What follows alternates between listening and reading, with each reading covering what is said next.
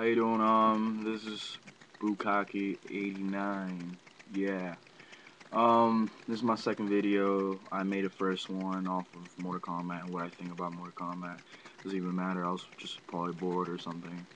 Um, I'm a Yu-Gi-Oh player. I've been playing Yu-Gi-Oh for already about almost a year at Jose's Gathering Place in Florida, Castleberry. Samron. Gathering Place, represent TGP all day, every day. Um, I'm gonna get down to my deck. Lightbeet down. I always manage the top locals. He's doing pretty good this format.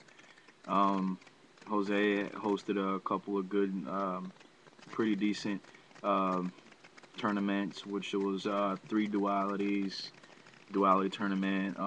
The 1K, which is $1,000, and the other one was 500. The 500 didn't really do so well, but the 1K did pretty decent.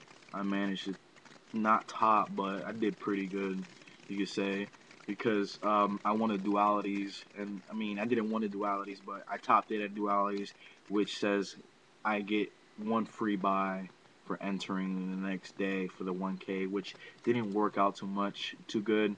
I prefer just not getting a buy for the 1K, because if you get a buy, it's not, you want to get good tiebreakers and all that, etc., etc.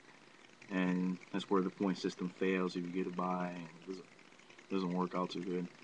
But anyways, I'm gonna get down to my Lightbeet down entimedda deck. It's a real good deck. If y'all want to comment on it, if y'all want to subscribe, sure, whatever. I'm not here for the subscribers. Just comment on my deck. Do whatever y'all want to do. It doesn't even matter. And hopefully, if y'all think it's good, then y'all might be playing it. I want to end up tendencies. I want to end up like changing the deck style. It's just not how you copy the deck. It's about how you play the deck. The deck doesn't make the person. The person makes the deck. Work. So if y'all want to copy it, be my guest. I don't care. And if y'all want to switch it up, do whatever y'all want. I don't care. It's just my play style. Okay, let's get to it.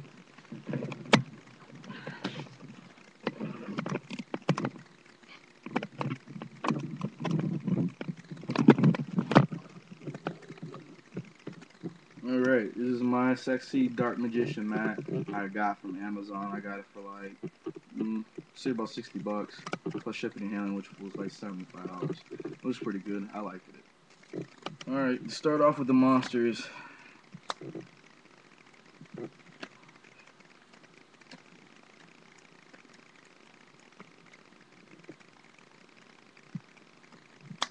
Two DD Warrior Ladies, a good card. Go for the removal, just in case things get pretty hectic. These are lifesavers, and I like it, and nice targets for Honest. It's a Lightbeet down. Most of the cards in here is going to be targets for Honest. Sangan, I think it's pretty good. Searches out Honest, searches out DD Warrior Lady, just to get people, a little bit scared. Or sometimes people say, oh, well, the point of the game is to hide behind Honest. Sure, but if this card speeds it up, why not? It's a good card. I like it. It's the only dark in my whole entire deck, and Sangan is pretty good. I like it. And he gets around skill drain.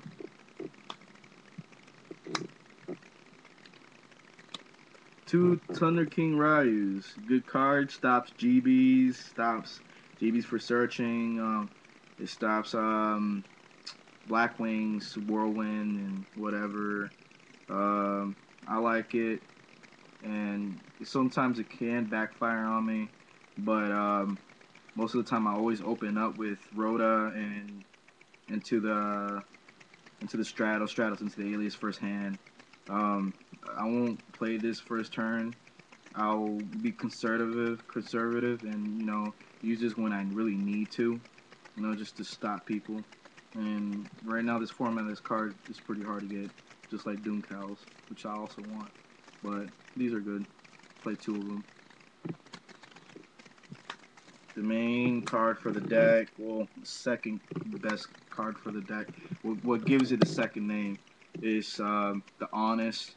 Honest is a real good card. I think it's really broken. Enter damage stat, enter damage cal, drop them, pump it up, destroy, all day, every day. It's a good card. I love it. Too bad they're limited to 2. Limited to 2, everyone. Yeah.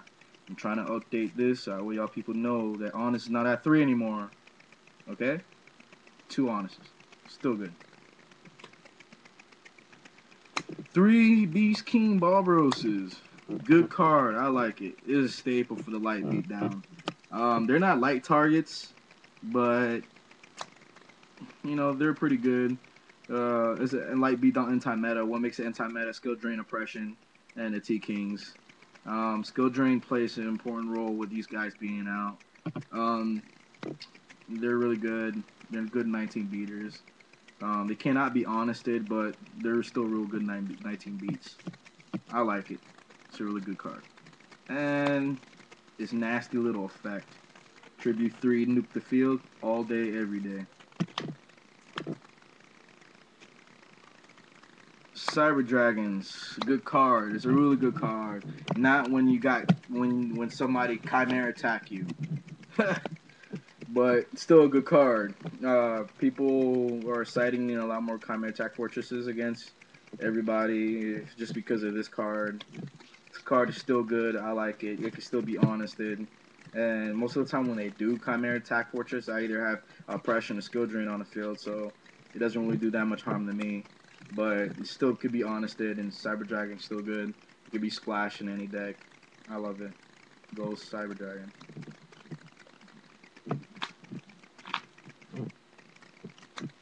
One Crusader of Endymion. This card is really hard to get nowadays because everybody's trying to play that Gemini City beatdown deck. I play only one because I have a recycling effect to my deck with the Geminis and the Gemini Sparks.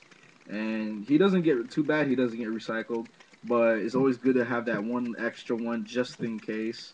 I like it, and it's a good 19 beat stake. You know, it's pretty good. I like it. Stratos, your search engine for guess who? Not the only aliases. The main point of the deck. Gemini Spark. All day, every day. Love it. You gotta love this combo.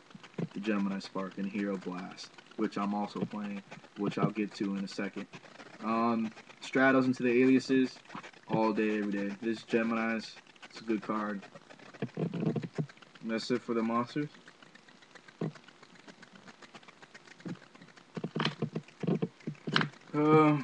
You got your 3 dark bribes, which are your answers.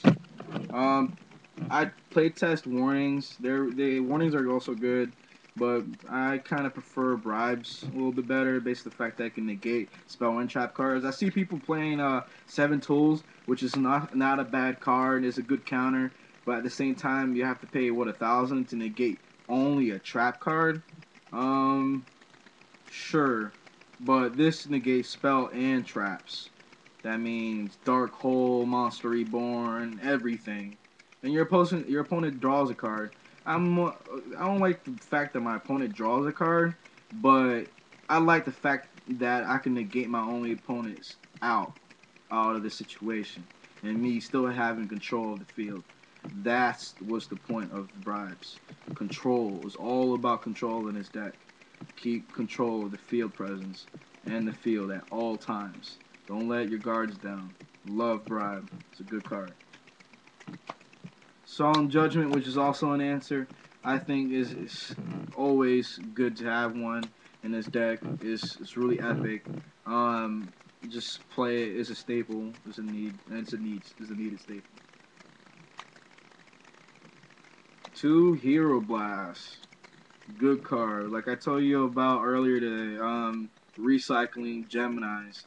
This is the only card that could really recycle. Not the only card in the world, but this is a card that is good enough to recycle Alias and destroy one monster on the field equal to Alias attack and under. So if Black Wings go, oh, blah, blah, blah, you go Hero Blast, stop, then bring back a monster into the field, then you can still recycle Gemini Spark. So, I mean, Gemini's, which good for Gemini Spark, which is also good. And you could plus infinite with Hero Blast. I played as against a couple of people. They say it's bad. I think it's good. It's bad because of them. They're falling into a predicament that their monster is not on the field anymore, and I'm still plussing. This is a good card. I love it. Mirror Force obviously is a good card. No doubt about it. Play with it. Common now for Merrick, but I like it hollow, so I upgraded it. I traded a common for a hollow, and I give somebody a decent card. But I like hollow. Skill Drains, the anti-meta part of the deck. It's a real good card. It's a really good card. I love Skill Drains. I'm gonna try to get at least some dual terminal ones or something. It's a real good card for this format. Stops most of the cards. Not cards that come from the graveyard like fucking like what like people has a tendency of going gores. Not gores, but gores that stops the tokens. So it's still good. Tragodia is at 0/0. Chimera Attack Fortress is at 0/0. One thing that's kind of like pretty fail that people are starting to be creative about is uh, uh, the not the Cyber Dragons, the Stardust Dragons, because it activates Graveyard Effect and it comes back.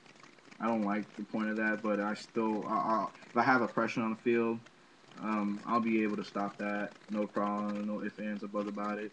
Or I'll just honest a monster and destroy Cyber Dragon, or Book of Moon, Cyber Dragon, destroy it, so we won't come back, which also fouls up my resources, but still, you know, people are being a little bit creative with Stardust Dragons and Colossal Fighters.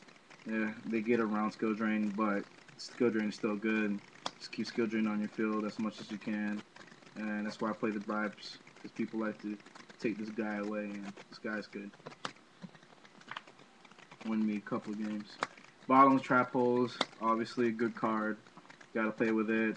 Place in my deck. Sometimes I'll take one out, put a trap hole in there, and just in case things get a little hasty with little creatures like freaking Machinas and shit like that. I don't like Machinas personally, but they're pretty good. This deck still beats the Machinas because of the Cyber Dragon effect with the Chimera Attack Fortresses. Chimera Attack Fortresses chews up Machinas all day, every day. But sure, good card. Keep it in your deck. Bottomless. Royal Oppression, the epicness of all epicness. Skill Drain Oppression on the field is complete deck. You get complete lockdown. Negate the effect, can't special summon. All day, every day, but which also leaves your opponent with the graveyard, which Colossal Fighter and people could come out with. But when you got this guy on the field, none of that can even come out with to begin with.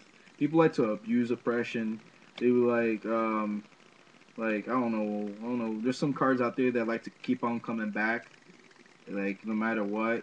Like samurais, like this one samurai card. I don't know what it is. I'm not too fond with cards, but it keeps on coming back. Grandmaster or something, and if you're oppressing it, they're gonna expect you to keep on oppressing. Don't oppression. If you get stuck in situations like that, just have a D-Prism out on the field and D-Prison it. If it's really messing you up that much, D-Prism or Skill Drain, you know, just keep Skill Drain and Royal Oppression on the field as much as you can. You know, that's why I play with 3 Dark Bribes and Solemn Judgment. Or you could just play with Solemn Warning. Solemn Warning is a good card too. Because, what's the name? For Samurai's Grandmaster doesn't even hit field for his effect to go off, I guess. D-Prisms. I'm talking about D-Prisms. You gotta play with. I play with 2. 3 is a little bit too much. It's also good, but I like it. I like my hollow one. I have a common one. I'm trying to hollowize the deck. Well, it's a good card. Now for the spell cards. 2 Forbidden Chalices. Real good card. I give this card a plus. For one is this is a damage modifier. It can be chained into damage steps. So it could be a little honest version and a skill drain version for Beast King Barbarosses. If somebody trying to attack, you go Forbidden Chalice. Beast King Balros. He's at 3,400 for the turn. Oh, I'm sorry. What else can you do?